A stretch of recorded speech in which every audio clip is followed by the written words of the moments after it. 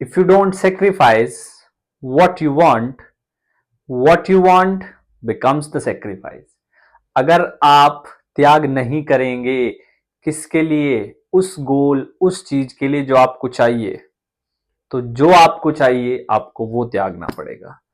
नमस्कार दोस्तों, मेरा नाम अभिषेक है और एक बार फिर से हाजिर हूं आप सबके सामने लेकर के एक छोटी सी लेकिन वैल्यू के पर्सपेक्टिव से एक बहुत ही बड़ी वीडियो। तो आज की वीडियो का जो टॉपिक है वो बहुत सिंपल सा और एक जेन्युइन प्रॉब्लम है।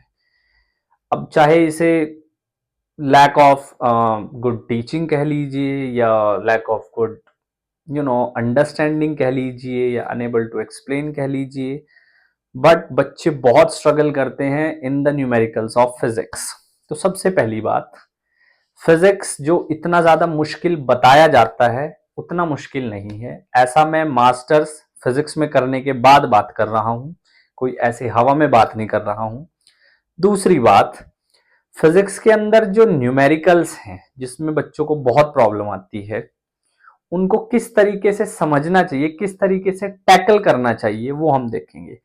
देखिए, अगर आपको लगता है कि आपने फॉर्मूला यूज कर लिया और फॉर्मूला यूज करने के बाद आप उसको डायरेक्ट इंप्लीमेंट कर देंगे और क्वेश्चन हो जाएगा, तो ऐसा बिल्कुल भी नहीं है। क्योंकि फॉर्मूला जो आप इस्तेमाल करोगे वो क्वेश्चन डिसाइड करेगा कि किस तरीके से आपने फॉर्मूले को इस्तेमाल करना है। आपको फॉर्मूले को मॉडिफाई भी करना पड़ सकता है। तो आज मैं आपके साथ शेयर करूंगा एक बहुत ही इफेक्टिव मेथड जो मैं भी बहुत यूज करता हूं, इनफैक्ट यूज अभी भी करता हूं। ठीक है, और अगर आपने उस मेथड को बहुत सही से जो है फॉलो किया तो आपकी 80% आप न्यूमेरिकल सॉल्व करना शुरू हो जाएंगे। ठीक है जी, तो चलिए शुरू करते हैं। मेथड है, बहुत ही क्रिएटिव सा मेथड है, आईसी।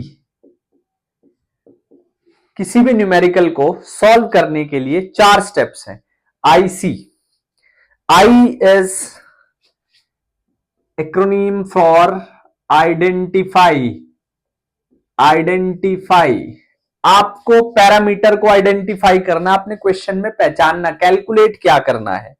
अब वो कैलकुलेशन डायरेक्ट भी हो सकती है, इनडायरेक्ट भी हो सकती है। हो सकता है आपको मास और एक्सेलरेशन गिवन हो, आपको डायरेक्ट आपसे फोर्स पूछ ले। हो सकता है आपको फोर्स और मास गिवन हो लेकिन आपसे जो है एक्सेलरेशन पूछ ले। तो किसी भी तरीके से पूछा जा सकता है।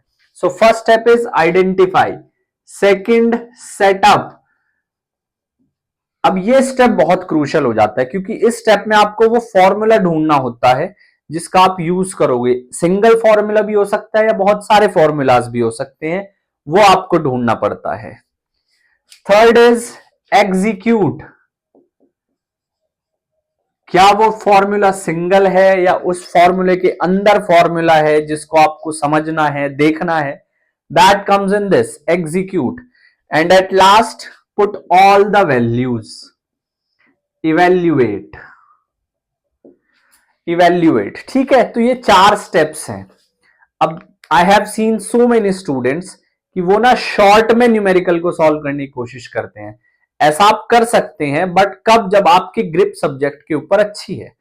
लेकिन अगर आप क्लास 11th में हैं या अभी अभी किसी कॉम्पिटिटिव एग्जाम की तैयारी शुरू की है और कैलकुलेशन उतनी अच्छी नहीं भी है, तो अभी आप ऐसे मत जाएं।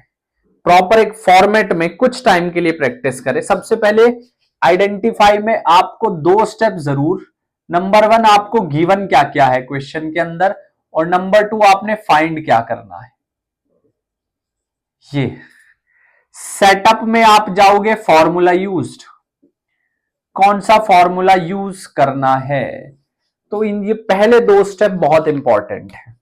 अब मैं इन्हीं स्टेप की हेल्प से एक जो न्यूमेरिकल में लेकर के आया हूं उसको सॉल्व करते हैं। तो सबसे पहले पढ़ते हैं कि क्या पूछा गया है, क्या बोला गया है। ठीक है, तो क्वेश्चन है, a ball is thrown vertically upward with a velocity of 20 metre per second. आपको गिवन क्या क्या है, हमें गिवन है v is 20 metre per second. Actually ये u है, इनिशियल वेलोसिटी है। उसके बाद from the top of multi storey building the height of the point from where the ball is thrown is 25 metre. ये 25 मीटर है ground से एक building, और इससे एक बॉल को थ्रो किया गया है इस पॉइंट पर बॉल की वेलोसिटी है 20 मीटर पर सेकंड, इस बिल्डिंग की हाइट है 25 मीटर। तो ये मेरा गिवन हो गया है, ये चीज मुझे गिवन है। पॉइंट नंबर 2, टू फाइंड, मुझे फाइंड क्या करना है? देखिए जी, क्या फाइंड करना है? कितनी हाइट बॉल ट्रेवल करेगी, मुझे हाइट फाइंड आउट करनी है। नंबर 2, कितना टाइम बॉल को लगेगा। जब मुझे ये क्लियर हो गया कि मुझे क्या फाइंड आउट करना है, तो मेरे माइंड में एकदम से फॉर्मूला, रिलेशन, पहली बात तो ये मोशन इन 1D का क्वेश्चन है, 2D काइनेमेटिक्स का क्वेश्चन है, ठीक है। तो चलिए जी, अब देखिए जरा, अब यहां पर हम बात करेंगे फॉर्मूला यूज्ड। कौन सा फॉर्मूला मुझे यूज करना है? फॉर्मूला यूज्ड, तो मेरे पास तीन इक्वेशन है। v is equals to u plus a t, s is equals to u t plus half a t square, और तीसरा है v square minus u square is equals to 2s। ये है मेरे पास, तो इन्हीं तीनों इक्वेशंस का मैं यूज करूंगा। चलिए सॉल्यूशन पे आइए। सबसे पहले यहां पे वेलोसिटी 0 है, जैसे वो मैक्सिमम हाइट पर पहुंचेगी फाइनल वेलोसिटी क्या हो जाएगी? 0 हो जाएगी।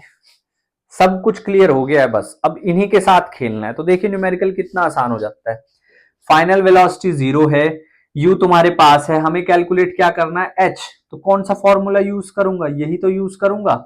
s की जगह क्या लिख दूंगा? h लिख दूंगा, क्योंकि हाइट में चल रहा हूं।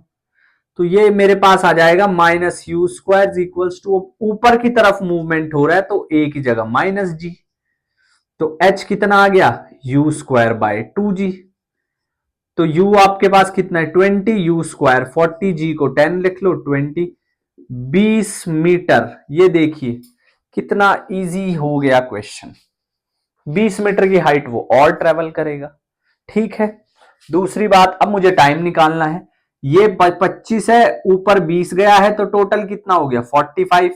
यहां से अगर मैं चलना शुरू करता हूं, अब मैं इसको ना मोशन यहां से मान रहा हूं, ये मेरा काम हो गया। तो अब सेकंड केस के लिए इनिशियल स्पीड कितनी है? 0।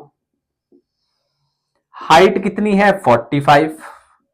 अब कौन सा फॉर्मूला लगाएंगे? इनिशियल है, हाइट है, टाइम निकालना है, ये लगा लेंगे। तो कितना आ जाएगा? 45 is equals to half into g into t square, तो 90/10 is equals to t square, ये आया, ठीक है। तो टी की वैल्यू आ गई है यहां से 3 सेकेंड।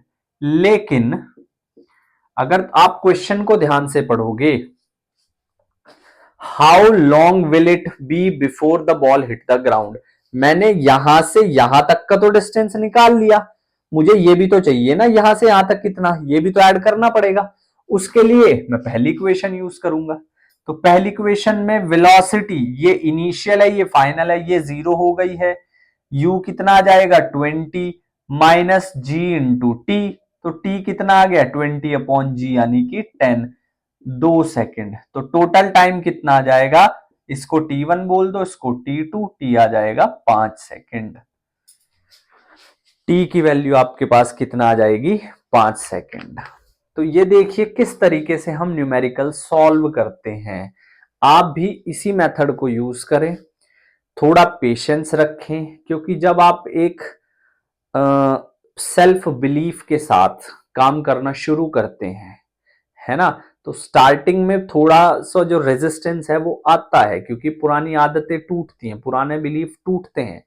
लेकिन विद पेशेंस एंड परसिस्टेंस जब आप करते जाते हैं तो चीजें होनी शुरू हो जाती हैं। And when you see the result, फिर आपको और मोटिवेशन की जरूरत नहीं पड़ती। तो ये वीडियो अगर आपको अच्छी लगी है, आप चैनल पर नए हैं तो सब्सक्राइब कर लीजिएगा, ऐसी वीडियोस आती रहेंगी, अपने दोस्तों के साथ शेयर कीजिए। Knowledge is the power. And remember, मैंने स्टार्टिंग में क्या कहा था? If you don't sacrifice for what you want becomes the sacrifice. So with that, Abhishek signing off. Thank you so much. Jai Hind.